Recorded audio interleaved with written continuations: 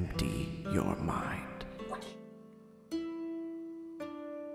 Be formless, shapeless, like water.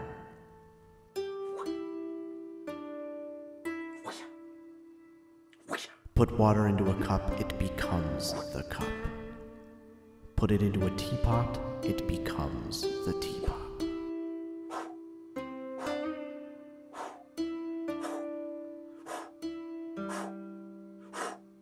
Water can flow, or creep, or drip, or crash.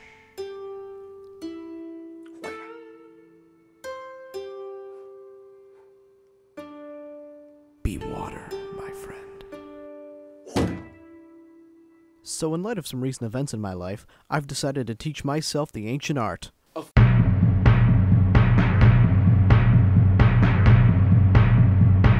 Now, I may not be as formless as water just yet, more like lumpy pancake mix, but I am working on it.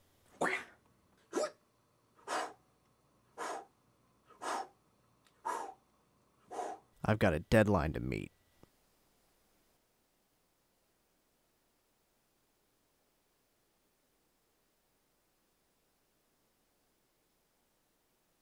Kung Fu on the NES. This started out as an arcade game called Kung Fu Master, developed by IREM in 1984, and published in North America by Data East. It was based partly on Bruce Lee's movie Game of Death, but mostly Jackie Chan's Wheels on Meals, which was actually supposed to be called Meals on Wheels, which makes a lot more sense, but the last two films that the studio made that started with the letter M both flopped, so they made him change the title. Now, if you'll excuse me, I am going to karate chop this box of stuff in half.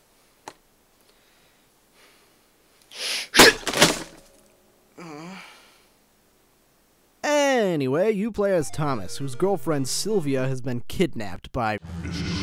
So you gotta fight through 5 floors of enemies and bosses to get her back. The game was ported to a shit ton of other platforms, such as the Atari 2600, the Atari 7800, the Commodore 64, the Apple II, the Sinclair ZX Spectrum, the Amstrad CPC, MS-DOS, the PlayChoice 10, the Sega SG-1000, Windows, and the one I want to talk about, the Nintendo Entertainment System. Well, these ports had various levels of success, from pretty good to holy shit bad.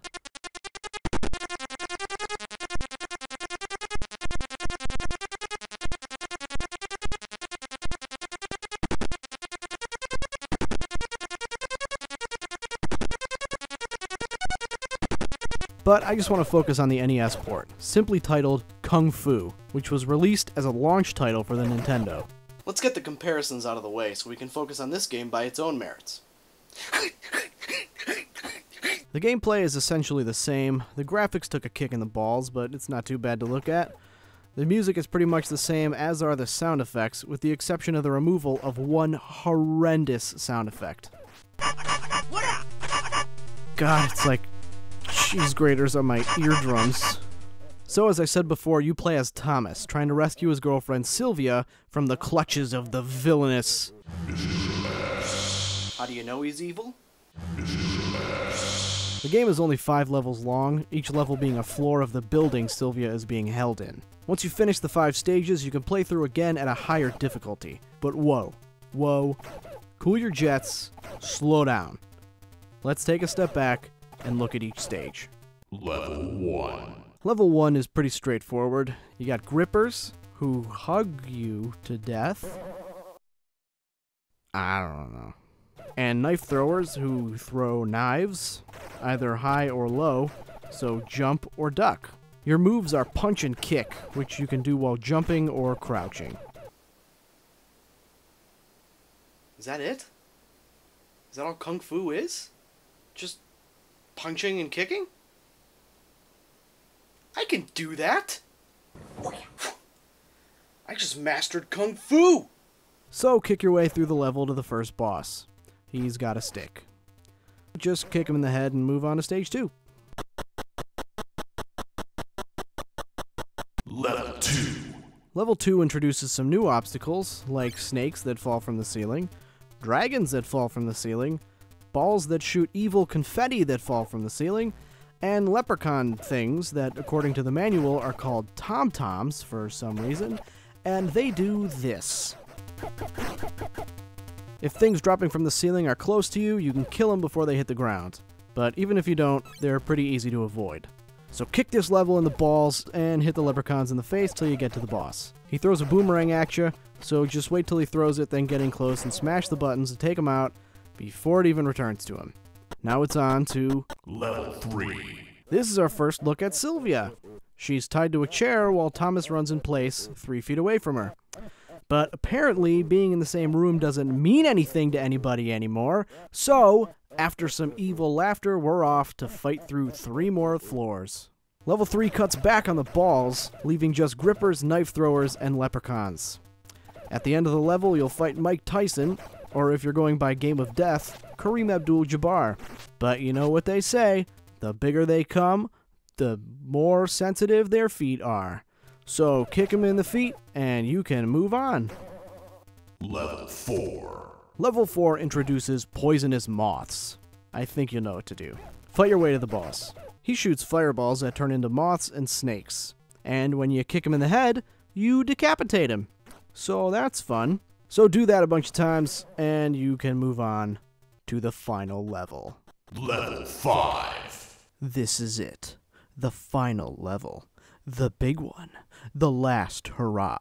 The supreme challenge. The final chapter. The ultimate test of all your learned skills thus far. You'll fight the most challenging of enemies, including grippers, knife throwers, and tom-toms.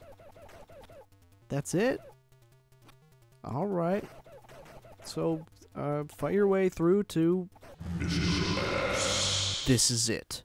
The final boss. The main man. The head honcho. The villainous villain. The ultimate test of all your learned skills thus far. So crouch down and kick, and he will walk into your attacks and kill himself. So Thomas and Sylvia embrace while the game congratulates you.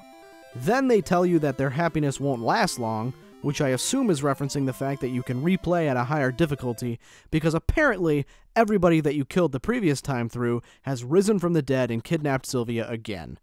So I guess if you want the second playthrough to feel more interesting, just keep it in mind that you're pretty much now fighting your way through hordes of the living dead, which makes this make a lot more sense. It's simple and short, but it's fun, and it's worth playing. Even after mastering it, it's still fun to play through from time to time. Speaking of mastering Kung Fu, I just did. And just in time, too. Just in time for what, you ask? Well, I'm going to Mortal Kombat.